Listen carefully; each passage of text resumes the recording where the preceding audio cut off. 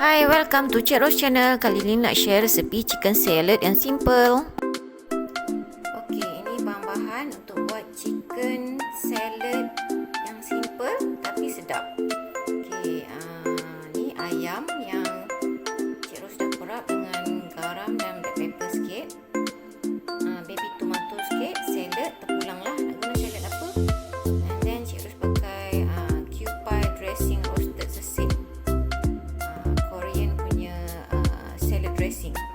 Okay, so jom kita grillkan chicken tu. Okay, kita grillkan ayam bola yang kita dah perap tadi. Api perlahan. Letakkan sedikit lagi. Kalau ada olive oil lagi baguslah.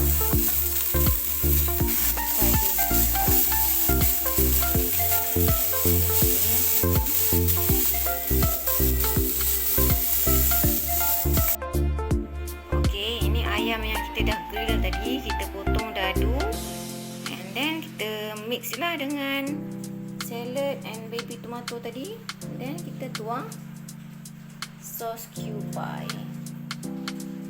Letaklah banyak mana yang korang nak, and then mixkan together.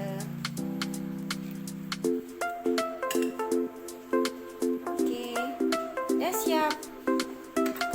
Simple, sedap dan sihat. Selamat mencuba.